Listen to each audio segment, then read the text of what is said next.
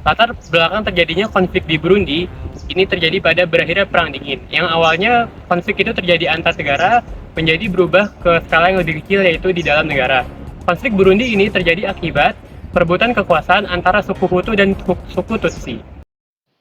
Konflik di Burundi ini terjadi antar etnis dan diakibatkan perebutan kekuasaan karena dari sejarahnya, baik suku Hutu dan suku Tutsi bukan sebagai penguasa. Burundi di tahun 1965 melakukan pemilihan legislatif yang seharusnya dimenangkan oleh kaum Hutu dengan meraih 23 dari 33 kursi yang memiliki kesempatan untuk mengambil posisi Perdana Menteri. Namun Raja Burundi saat itu mengangkat Perdana Menteri dari orang Tutsi yang menjadikan kemarahan di kalangan elit Hutu. Pemberontakan marak terjadi sejak saat itu dan diketahui kurang lebih dari 50.000 orang warga Tutsi menjadi korban serta 150.000 terpaksa mengungsi ke negara tetangga akibat konflik yang terjadi di tahun 1972. Konflik di Burundi menyebabkan beberapa faktor negatif. Yang pertama, Burundi menjadi negara termiskin di dunia. Perekonomian Burundi merupakan salah satu perekonomian terburuk yang ada di dunia. Menurut World Bank, pendapatan per kapita Burundi hanya sebesar 900 US dollar. PDB atau produk domestik bruto merupakan salah satu tolak ukur kemakmuran sebuah negara. Efek negatif dari konflik Burundi yang kedua yaitu terjadinya krisis kemanusiaan di Burundi. Akibat konflik yang terjadi di Burundi, tercatat ada 1.000 orang terbunuh, 800 orang hilang, dan 1.000 penangkapan sewenang-wenang oleh pemerintah. Yang ketiga, negara memiliki tingkat demokrasi yang rendah, yaitu rendahnya tingkat demokrasi yang terjadi di Burundi menyebabkan dampak kekerasan pada Danau Besar atau Burundi. Oke, yang keempat ada kekerasan anak sebagai dampak dari konflik.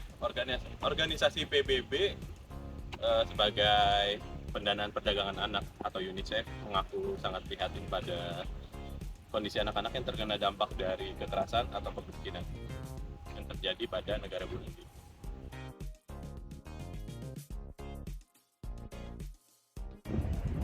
Adapun upaya organisasi internasional maupun organisasi regional dalam menyelesaikan konflik yang terjadi di Burundi, yaitu adalah konflik etnis antara Hutu dan Tutsi yang menyebabkan krisis yang kemanusiaan yang terjadi di Burundi. Organisasi internasional itu yang berupa PBB serta Uni Afrika, yang dimana PBB membuat sebuah organisasi bawahan khusus untuk menyelesaikan konflik di Burundi demi mengurangi krisis yang ada pada negara tersebut. Upaya dalam penyelesaian konflik ini sebelumnya dilakukan oleh United Nations Office in Burundi atau UNOB pada tahun 1993 dengan perwakilan dari Sekretaris Jenderal PBB Amadou Ould Abdullah ke Burundi.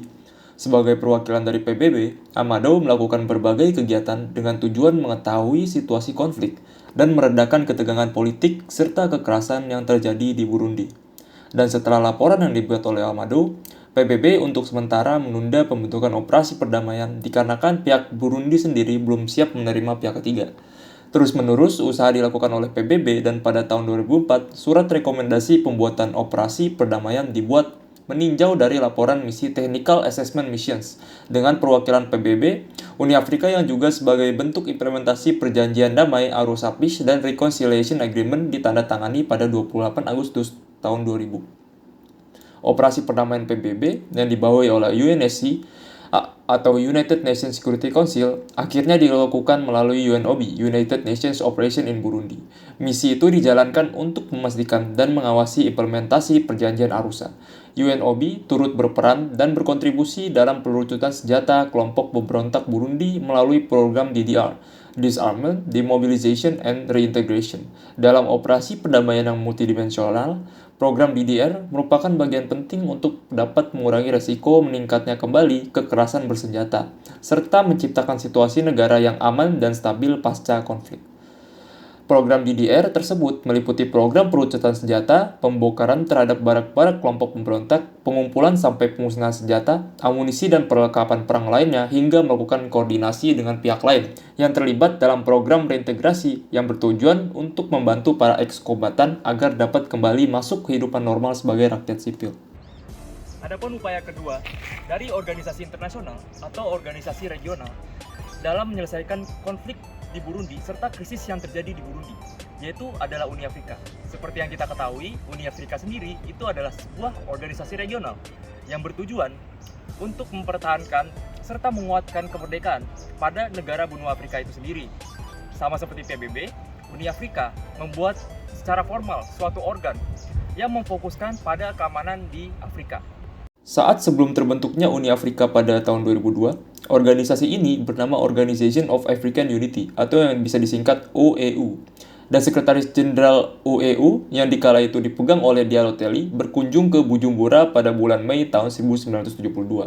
Di situ, dia berkunjung serta berdiskusi dengan Micombero menimpa penindakan yang pas serta kilat dalam memencet konflik yang terjalin, dan melaksanakan pengamanan yang responsif terhadap masyarakat Burundi yang tidak ikut serta.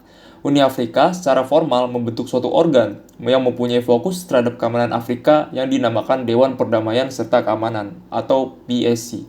Saat suku Hutu dan Tutsi yang sedang mengalami konflik perang etnis yang meletus di Burundi, PSC mengirimkan pasukan perdamaian yang dinamakan AMIB atau bisa disebut dengan Peace Operation in Burundi.